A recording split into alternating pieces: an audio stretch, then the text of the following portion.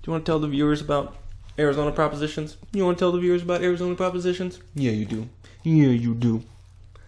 Welcome.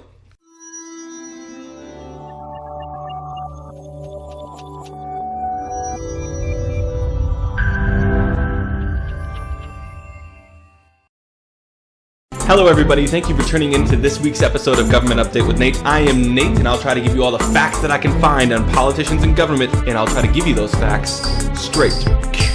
Let's begin. So this week's episode will be a different take on government. Instead of focusing on elected officials, we'll be taking a dive into some ballot propositions for the Arizona special election that is happening on May 17th. These are Ballot Propositions 123 and 124, and understandably there's been a lot of confusion around these issues, given that they're one digit off and both deal with state financial reform. Having lived and participated as a voter in Arizona, I know that they often choose numbering sequences for these propositions that are drastically different from one another, like Prop 8 and Prop 200, so that they avoid confusion. Why they didn't go this route on these two propositions, I will never understand. What happened in that conversation when they were numbering these propositions? Hey guys, we're done with these propositions, it's time to number them. What should we number them? I think we should choose 123 and 124. Oh really? That won't confuse people? Nah, they'll be fine. Okay, sounds good to me. Now let's get to the facts. Starting off with Proposition 123. So this measure, at its roots, is all about allocating state money to education funds. In total, the state education funds would receive $3.5 billion over the course of 10 years by allocating $1.4 billion from the state general fund and the other $2.1 billion by increasing the annual distributions of the state land trust fund from 2.5% to 6.9%. Basically, it's just a reallocation of money from one account to the next. Why is this happening, you might ask? Well, let me enlighten you.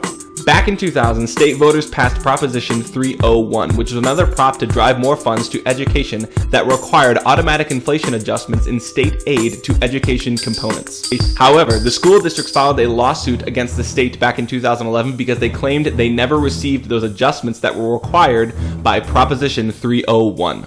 So the state wants to put an end to this litigation, and thus Proposition 123 was born. Congratulations, Mr. and Mrs. Representative, it's a bouncing baby proposition. The $3.5 billion over the next 10 years would be earmarked for building maintenance, salaries, and technology initiatives, and allocated proportionately based on number of students each district and individual school has. To prepare for the vote, here's the official ballot language you will see on May 17th. Enjoy.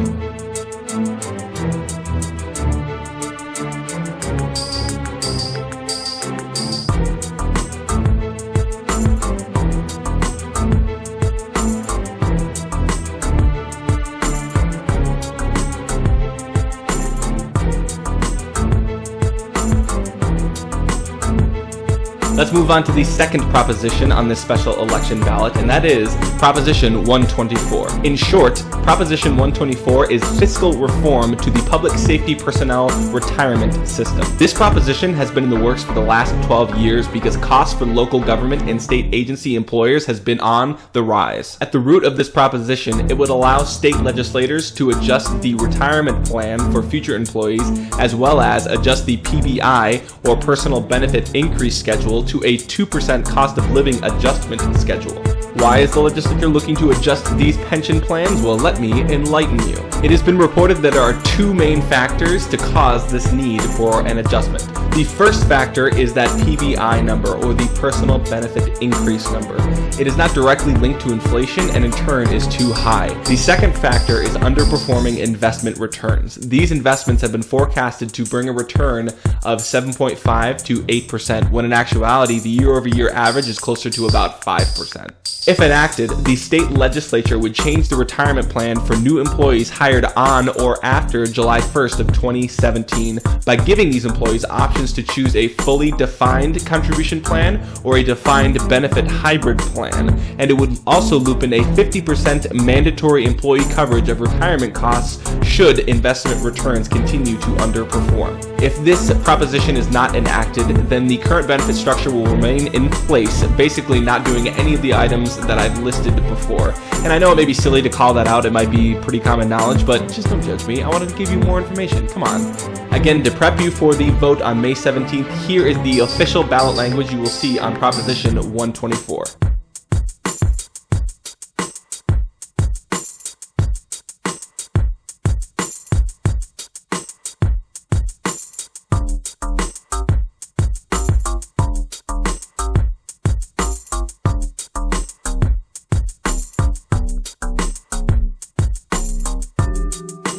All right, Arizona voters, that is all I have for you today on the special election ballot measures.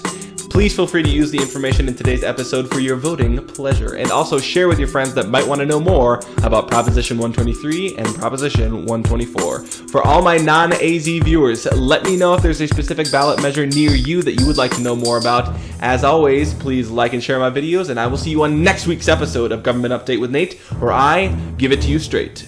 Peace.